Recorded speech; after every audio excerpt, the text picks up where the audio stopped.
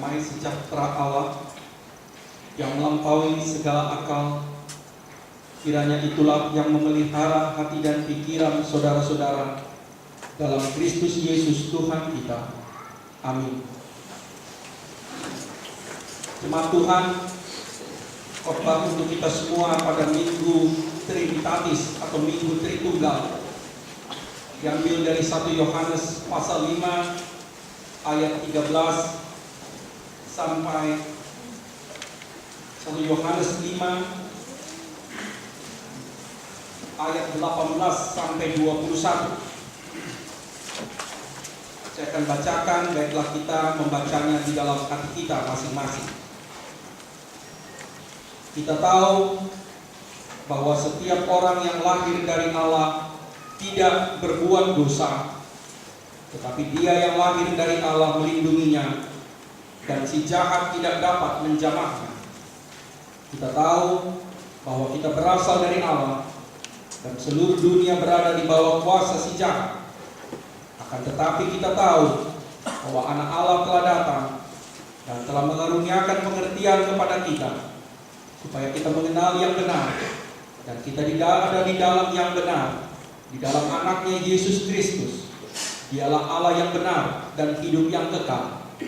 Anak-anakku, waspadalah terhadap segala berhala. Sampai demikian. Saudara-saudara, minggu ini diberikan oleh bapak-bapak gereja dengan nama Minggu Trinitatis atau Minggu Tritunggal. Kita tahu bahwa dogma atau doktrin Allah Tritunggal, Allah yang satu tetapi tiga, adalah salah satu dogma atau doktrin yang paling sulit dipahami, apalagi dijelaskan oleh orang-orang Kristen, oleh anggota gereja, terutama apabila ada pihak luar yang menanyakannya. Baiklah, kita pakai kesempatan ini untuk mengenal, untuk memahami ulang apa sebetulnya yang kita sebut dengan Allah Tritunggal. Yang pertama-tama, Allah adalah Allah. Allah adalah Bapa yang menciptakan langit dan bumi ini dan segala isinya, termasuk diri kita. Apa artinya itu? Ketika kita mengaku dan ketika kita beriman bahwa Allah lah yang menciptakan kita, dan bukan kita yang menciptakan atau membuat Allah itu, maka kita tidak bisa memperlakukan Allah seperti kita memperlakukan benda atau objek apapun di dunia ini. Seandainya Allah itu sebuah benda, seandainya Allah itu hasil pikiran manusia, seandainya Allah itu salah satu dari apa yang ada di dunia, maka kita bisa memeriksanya seperti kita selalu memeriksa objek apapun yang kita jumpai di dunia. Tetapi Allah tidak bisa kita tempatkan di bawah, di atas preparat, di bawah mikroskop untuk kita teliti unsur-unsurnya. Allah tidak bisa juga kita teropong pakai teleskop untuk kita periksa bila Dia ada di kejauhan. Allah tidak bisa kita urai untuk mengetahui zat-zat apa yang ada di dalamnya. Allah tidak bisa kita jadikan objek kalkulasi. Kita tidak bisa membuatnya, mensistematisirnya. Kenapa? Karena Dia adalah Allah. Kalau Dia benda, kalau Dia buatan manusia, kalau Dia hasil karya kita, maka kita bisa menganalisisnya, mengurainya, merumuskannya, merangkumnya sesuka kita, sesuai dengan pola pikir kita. Nah, karena itu kita disadarkan bahwa doktrin atau dogma Tritunggal bukanlah rumus ilmiah, bukanlah dalil fisika, dalil matematika, atau dalil biologi, tetapi sebuah pengakuan iman. Saudara-saudara, kenapa? Karena kita tidak bisa menjadikan Allah sebagai objek. Lantas bagaimana? Kita hanya bisa mengenal Allah kita hanya bisa mengetahui tentang Allah itu, memahami dan menghayatinya sejauh, sepanjang, sebesar Allah menampakkan, menyatakan dirinya kepada kita. Sekali lagi, kita hanya bisa tahu, kita hanya bisa paham, kita hanya bisa menghayati Allah sepanjang, sejauh, atau sebesar, atau sedalam Dia menampakkan, menyatakan dirinya kepada kita.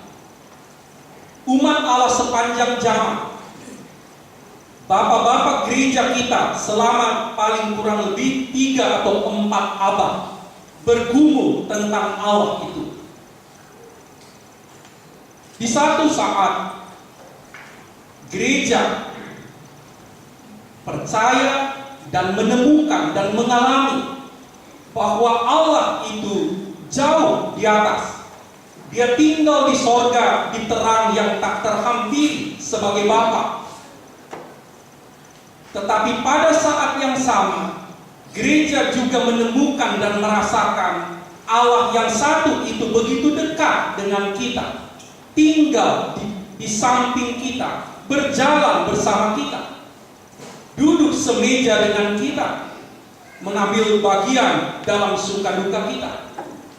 Tapi pada saat yang sama juga gereja menemukan dan merasakan Allah itu bahkan tinggal di dalam batin kita. Dia ada di atas, Dia ada di samping, Dia ada di dalam diri kita. Bapak-bapak gereja tidak punya kata-kata yang cukup untuk merumuskan pengakuan iman itu. Sebab itu mereka katakan Allah itu Tritunggal. Allah itu menampakkan, menyatakan dirinya sebagai Bapa di sorga di atas. Allah juga menyatakan dirinya di samping kita sebagai Kristus, sebagai Yesus anaknya. Tetapi pada saat yang sama Allah juga menyatakan dirinya justru dari dalam diri kita, dari dalam hati kita yang terdalam sebagai rohnya. Nah, sekali lagi itu bukan formula atau dalil ilmiah, dalil matematik, dalil fisika atau biologi, tetapi semata-mata pengakuan iman gereja. Gereja percaya, gereja mengalami, gereja menghayati Allah itu ada di atas sebagai Bapa. Dia ada di samping kita sebagai anaknya Kristus, dan Dia ada di dalam diri kita sebagai Roh Kudus. Sebab itu kita sebutkan Dialah Allah Tritunggal, Allah yang esa, Allah yang satu, yang menampakkan dirinya kepada kita dengan 3 cara. Nah, saudara-saudara, tetapi tidak semua orang lantas bisa memahami Allah Tritunggal itu. Kalau diibaratkan sebuah buku, dogma atau doktrin Tritunggal adalah bagian terakhir bab penutup dari sebuah buku iman. Nah, kalau orang hanya membaca bab penutupnya, tetapi tidak pernah membaca pendahuluannya, bab-bab sebelumnya, kemungkinan besar dia akan tersesat atau salah paham. Nah, karena itu satu-satunya jalan untuk memahami dan menghayati Allah yang 3 esa, Allah Tritunggal itu, kita harus membaca Alkitab kita. Minimal kita harus tamat membaca Injil Yohanes.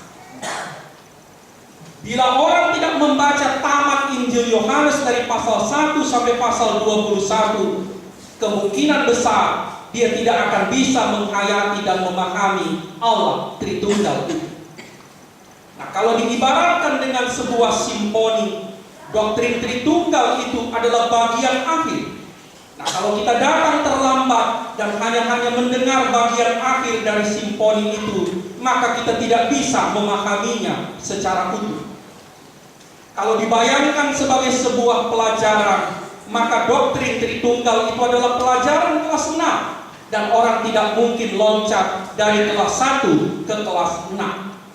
Nah, karena itu saudara-saudara, bila kita ingin sungguh-sungguh memahami dan menghayati pengakuan iman Allah Tritunggal yang saban kali kita ucapkan saban minggu itu, maka kita harus didorong untuk semakin tekun membaca Alkitab, membaca Injil, Karena di dalam pengenalan akan Alkitab itulah kita bersama-sama dengan gereja segala abad dan tempat, bersama-sama dengan bapak-bapak gereja yang ratusan tahun bergumul dan merenung, kita juga menemukan Allah itu sungguh besar, Dia sungguh maha kuasa, Dia ada di atas melindungi kita, Dia ada di samping menemani kita, dan bahkan Dia mau masuk ke dalam diri kita, ke dalam hati kita untuk menyemangati dan menguatkan kita.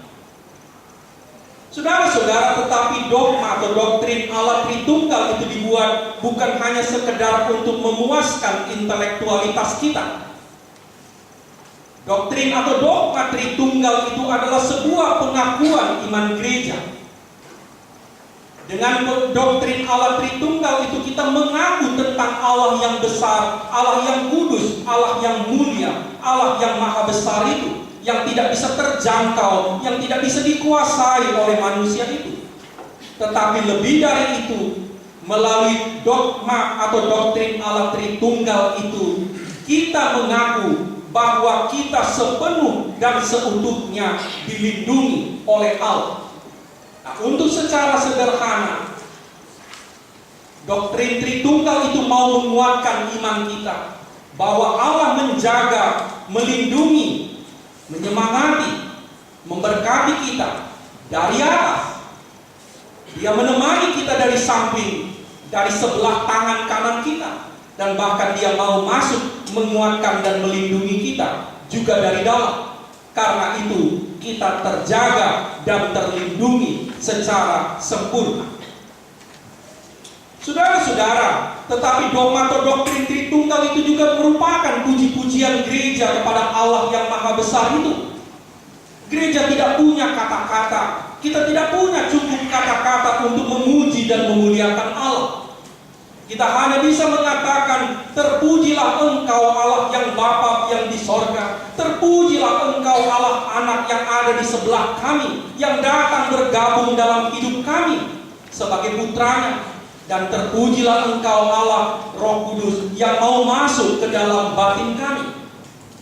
Karena itu, saudara-saudara, doktrin Tritunggal itu bukan untuk memusingkan pikiran kita, tetapi justru untuk mau membantu kita mengungkapkan iman, mengungkapkan pujian dan sembah kita kepada Allah yang besar, yang telah menyatakan dirinya dalam Kristus, yang telah membaharui hidup kita melalui Roh-Nya yang kudus. Karena itu, saudara-saudara, tidak ada gunanya kita berdebat tentang doktrin Allah Tritunggal kepada orang-orang yang tidak beriman, kepada orang-orang yang hanya sekedar ingin tahu tentang Tuhan, kepada orang-orang yang bahkan yang ingin menjebak atau ingin menyesatkan kita. Karena doktrin Tritunggal itu tidak dibuat untuk orang-orang yang di luar gereja, tetapi untuk kita yang percaya dan dibaptis dan hidup dalam namanya. Nah, saudara-saudara, ayat hari ini mengatakan 3 tentang Allah yang Esa itu. Pertama, di ayat 18 tadi dikatakan Allah Tritunggal, Allah Bapa, Anak, dan Roh Kudus itu telah melahirkan kita, memasukkan kita ke dalam satu hidup yang baru, supaya kita berhenti berbuat dosa. Allah Bapa, Allah yang ada di atas, Allah yang ada di samping kita itu, dan bahkan Allah yang ada di dalam batin kita yang paling dalam itu, melahirkan kita kembali supaya kita berhenti berbuat dosa. Nah, saudara-saudara, di sini kita ini adalah sebuah pernyataan yang sangat radikal. Rasul Yohanes mengatakan, semua orang yang lahir dari Allah telah berhenti berbuat dosa. Karena itu kita diingatkan rupanya bahwa Allah Bapa yang di sorga itu, Allah Anak yang ada di samping kita yang serumah dengan kita itu, dan bahkan Allah Roh Kudus yang tinggal dalam batin kita itu, bukan cuma melindungi, memberkati kita berlimpah-limpah, tetapi juga menyanggupkan, memampukan kita mematikan kehendak yang jahat yang ada dalam diri kita. Dia menyanggupkan dan memampukan kita untuk melawan, untuk membunuh, untuk mematikan dosa, kehendak jahat dalam diri kita. Karena itu kita tidak bisa lagi mengatakan, aku tak berdaya melawan niat jahat yang ada dalam hatiku. Kita tidak bisa lagi, tidak punya alasan yang sah lagi mengatakan, aku tunduk kepada kebiasaan burukku. Aku tak sanggup melawan dosaku.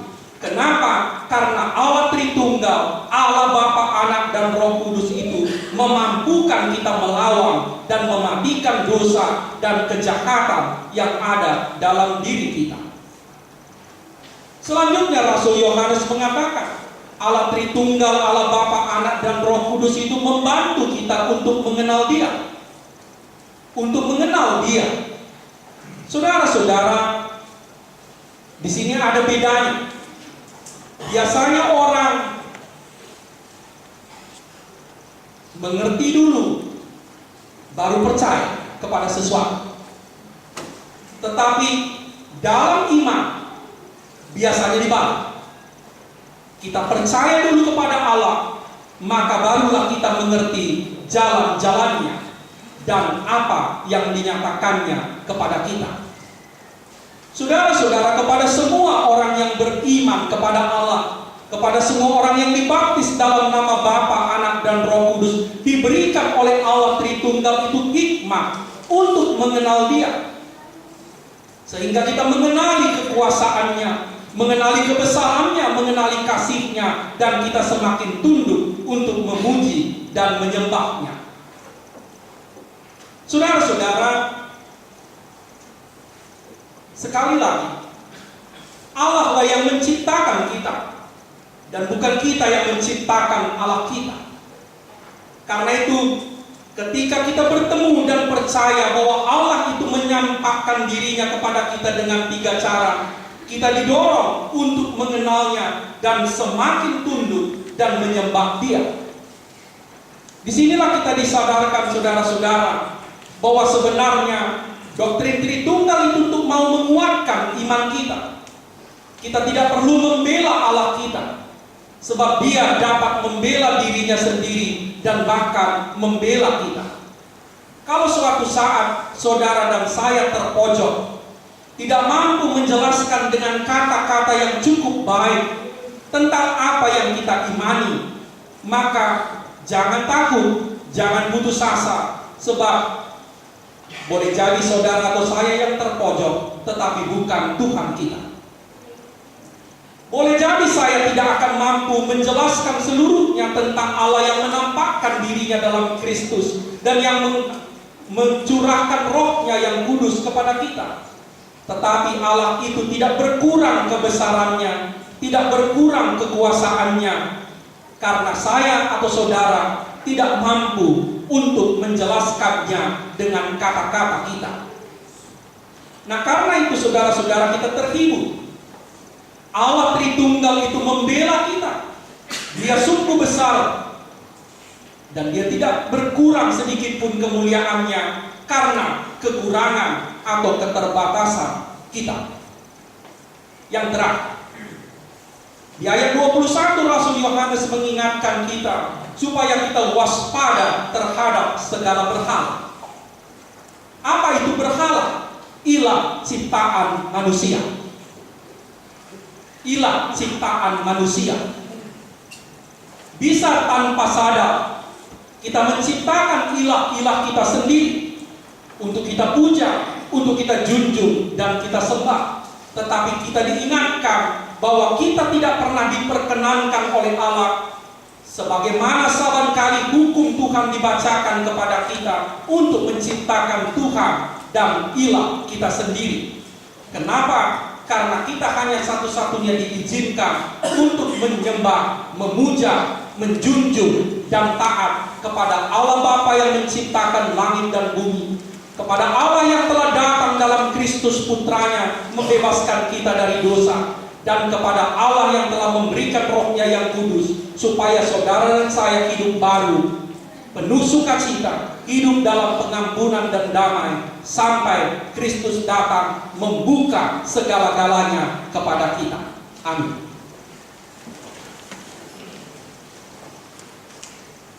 Ya Allah, kami adalah umat-Mu yang Kau tebus dengan darah Putra-Mu Kristus, yang telah Kau angkat menjadi anak-anak-Mu dalam Roh-Mu yang kudus. Kami puji Engkau dan muliakan nama-Mu, sebab Engkaulah satu-satunya Allah kami. Engkaulah Bapa kami, Engkau pelindung dan pembela kami. Ya Allah, bersama-sama dengan gereja segala abad dan tempat, kami memuji dan memuliakan nama-Mu, Bapa yang di sorga, Kristus yang hadir di dunia menebus kami, dan Roh Kudus yang tinggal di dalam batin kami. Terimalah pujian, pengakuan, penyembahan kami.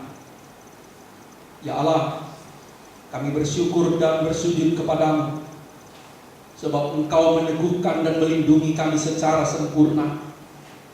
Engkau menaungi kami dari atas, Engkau menjaga kami dari samping, menemani kami, dan Engkau bahkan mau menyemangati, menguatkan dan menghibur kami dari dalam batin kami. Izinkanlah kami untuk percaya dan mengalami kuasa kasih Tuhan yang sungguh agung dan tak terbatas itu. Biarlah kami semakin dikuatkan. Ya Allah, Engkau telah melahirkan kami kembali supaya kami berhenti berbuat jahat. Tolonglah kami dengan kuasa Roh-Mu, supaya kami melawan niat dan kehendak jahat yang selalu muncul dari dalam diri kami, dan menggantinya dengan kehendak Allah yang baik dan benar itu. Ya Allah, berikanlah juga kepada kami Roh-Mu, supaya kami semakin mengenal Engkau, mengenal firman-Mu, dan taat kepadamu, dan menjadi murid-murid Kristus di dunia ini. Ya Allah, ingatkanlah kami, supaya kami tetap waspada terhadap segala berhala, terhadap segala apa yang ada di dunia ini yang bisa tanpa sadar kami jadikan sebagai ilah, sebagai sembahan kami. Terima kasih Tuhan, berkati kami di minggu yang baru ini. Biarlah iman kami kembali dikuatkan, dan kami memuji-muji Engkau dalam hari-hari hidup kami, sebab Allah kami yang esa, yang menampakkan dirinya kepada kami dalam Kristus dan memberi kami Roh Kudus, senantiasa memberkati, menjaga, dan melindungi kami. Amin.